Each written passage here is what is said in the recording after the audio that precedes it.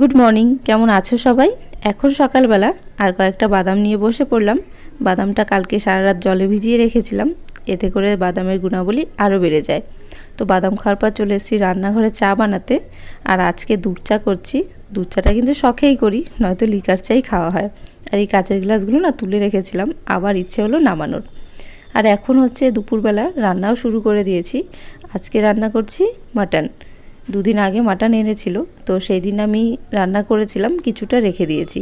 আসলে দুজন মানুষই থাকি, সেই দিন যদি পুরোটা রান্না করে নিতাম তাহলে বাসি দুদিন খেতে হতো। তো ভাবলাম যে কিছুটা রেখে দিয়ে আরেকদিন হয়ে যাবে। তো মাটনটা আজকে আমি একদম শর্টকাটভাবে রান্না করছি, মানে একটু টক দই, গোলমরিচের গুঁড়ো, লবণ মাখিয়ে রেখেছিলাম, তারপর মশলা কষিয়ে কাঁচা আলু দিয়ে দিচ্ছি।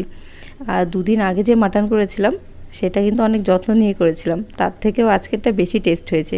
রান্না আসলে এরকমই হয়, কোন দিন ভালো হবে কেউ বলতে পারে না। তোমাদের